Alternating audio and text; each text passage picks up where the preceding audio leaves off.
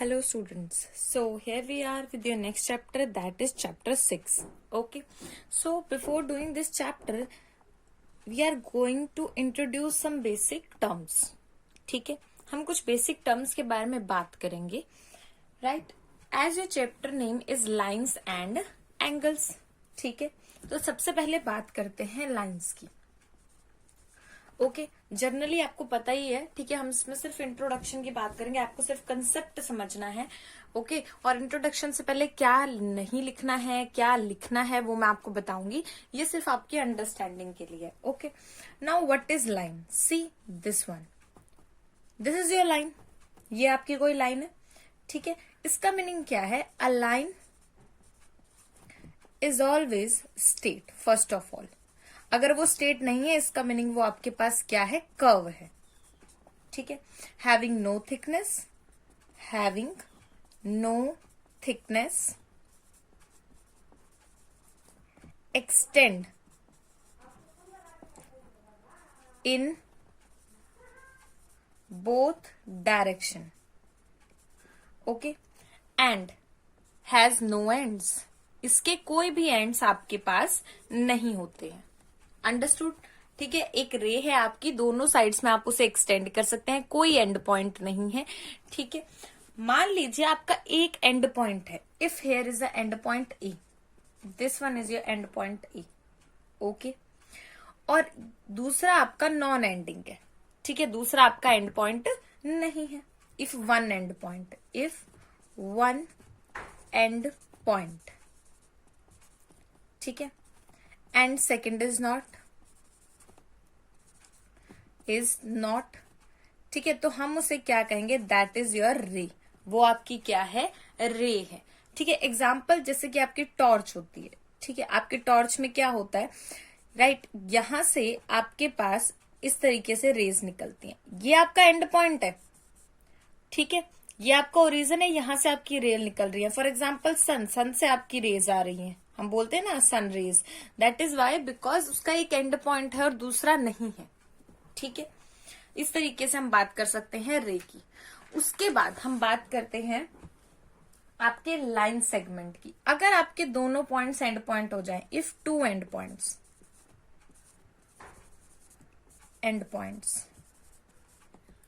Then it is line segment. तो वो आपके पास क्या हो जाएगा, लाइन सेगमेंट.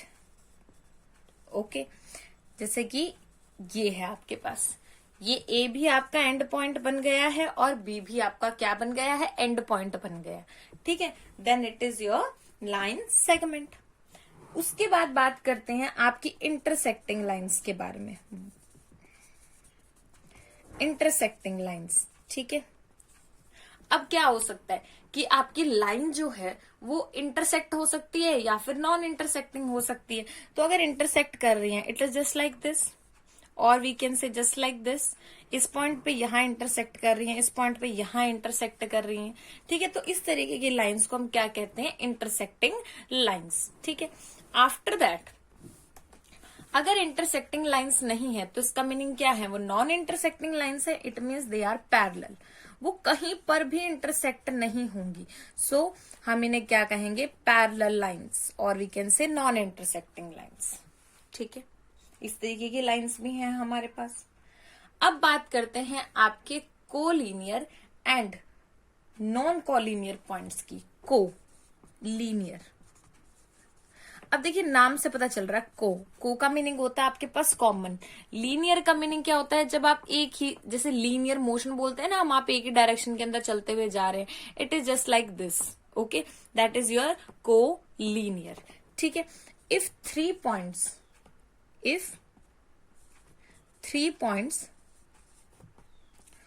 और we can say more than 3 points on same line, then they are collinear. वो क्या होते हैं आपके पास, कोलिनियर पॉइंट्स होते हैं. ओके, अगर वो कोलिनियर नहीं है, इसका मीनिंग क्या है, अदरवाइज वो आपके पास क्या है, अदरवाइज नॉन कोलिनियर पॉइंट्स हैं, नॉन कोलिनियर पॉइंट्स हैं। ठीक है, ये बात आपको ध्यान रखनी है। देखिए अब जैसे ये लाइन है, अगर 3 पॉइंट्स की बात करूं मैं, 1 2 3, मोर देन 3, अगर आप इसके एंड पॉइंट्स को भी कंक्लूड कर रहे हैं तो ये सारे के सारे क्या हैं, collinear. As the name implies को, it means common, line is common here, linear it means it is a single line. ठीक है, तो ये आपकी बात थी लाइंस की सारी की सारी, intersecting, non intersecting, collinear points, non collinear points, line, segment, रे एंड लाइन। इनके बीच में भी आपको डिफरेंस पता चल गया होगा आप। ठीक है, now let us talk about the angles, कि एंगल्स आपके पास क्या होते हैं। ठीक है, when two rays originated from one point, then angle is formed। ठीक है, अगर आपके पास कोई दो रे हैं, वो ओरिजिनेट हो रही हैं from one point, then angle is formed. ठीक है, जैसे कि ये आपका एक पॉइंट है, यहां से एक रे निकली, यहां से एक रे निकली है। ठीक है, रे बिकॉज इसके एंडिंग पॉइंट की हम बात कर रहे हैं, ये नॉन एंडिंग पॉइंट है, तो ये जो बनेगा आपके पास, that is your angle, that is your angle, right. And this common point we called it as a vertex, हम इसे क्या कहते हैं, वर्टेक्स। ठीक है, और वर्टेक्स से आपकी जो ये रे निकल रही है, इसे हम बोलते हैं आर्म। क्या बोलते हैं, आर्म। ये बात आपको ध्यान रखनी है। Okay, now let corner point जो होता है इसे वर्टेक्स बोला जाता है। Now let us talk about your angles. Acute angle, acute angle किसे कहते हैं, 0 degree less than acute angle less than 90 degree, यानी कि जो भी एंगल आपके 0 से 90 के बीच में होते हैं। ये बात आपको ऑलरेडी आई थिंक पता है, आपने पढ़ी हुई है।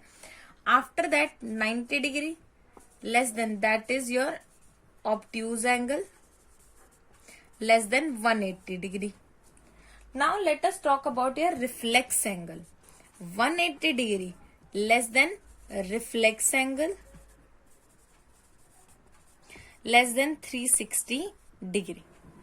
ठीक है, now what do you mean by the reflex angle. देखिए रिफ्लेक्स का मतलब क्या है, रिफ्लेक्स का मतलब हमारे पास क्या हो गया है, एक तरीके से कि हम बात कर रहे हैं लाइक जैसे उल्टा।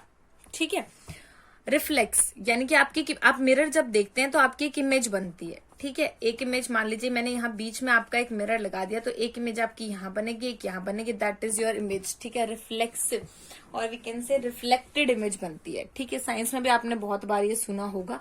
ठीक है, अब बात करते हैं कि एंगल में हमारे पास ये किस तरीके से, इसको भूल जाइए। ठीक है, एंगल, अब ये आपका एंगल है। Okay, this one is your angle, ये आपका एक्यूट एंगल है, this one is your acute angle. ठीक है, तो ये जो एंगल आपके पास होगा, that is your reflex angle, ये होगा आपका रिफ्लेक्स एंगल। ये बात आपको ध्यान रखनी है।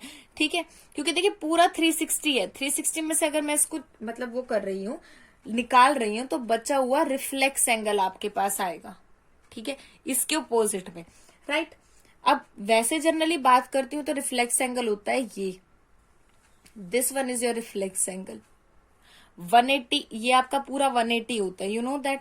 ठीक है, आपको पता है ये 90 होता है आपका। ठीक है, ये 90 और ये आपका 45 होता है, और ये कंप्लीट आपके पास 180 डिग्री होता है। अगर ये कंप्लीट 180 डिग्री है तो मैंने कहा है आपको जो 180 से 360 के बीच में लाई करे। अब ये देखिए, ये जो एंगल है ये पूरा 180 है, यहां से यहां तक 180 से 360 के बीच में लाई कर रहा है, तो ये आपका रिफ्लेक्स एंगल है। ठीक है, और रिफ्लेक्स एंगल हम कैसे निकाल सकते हैं, that is reflex angle is 360 degree minus interior angle. ठीक है, जो भी आपका इंटीरियर एंगल है, जैसे हमने यहां बात की थी, ये आपका एंगल है, ये आपका इंटीरियर एंगल है, इसको हमने सब्ट्रैक्ट कर दिया है इस 360 में से। ठीक है, तो ये आपका रिफ्लेक्स एंगल आ जाएगा 360 में से इसको हटाने के बाद। ओके, तो तो ये बात आपको ध्यान रखनी है, दिस वन इज इम्पोर्टेंट, जो आप शायद यूज भी करेंगे आपके एक्सरसाइज में। After that, what do you mean by the complementary angles? Complementary angles आपके पास क्या होते हैं? देखिए, कोई भी ऐसे दो एंगल जिनका सम 90 डिग्री हो, ठीक है, जैसे कि एंगल 1 प्लस एंगल 2 आपका क्या हो जाए, 90 डिग्री हो जाए, तो उसे हम क्या बोलते हैं, complementary angles. 60 plus angle 30 equals to 90 degree, ठीक है, ऐसे। What do you mean by the supplementary angle? अब सप्लीमेंट्री एंगल आपके पास क्या होता है,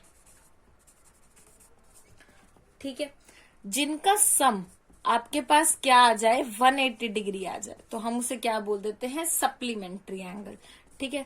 120 है आपके पास, यहाँ पे इधर मैं 60 ले देती हूँ, 120 आ रहा है, 180 आ रहा है, ठीक है। तो इस तरीके के जो एंगल्स होते हैं उन्हें क्या बोला जाता है, सप्लीमेंट्री एंगल्स, ठीक है।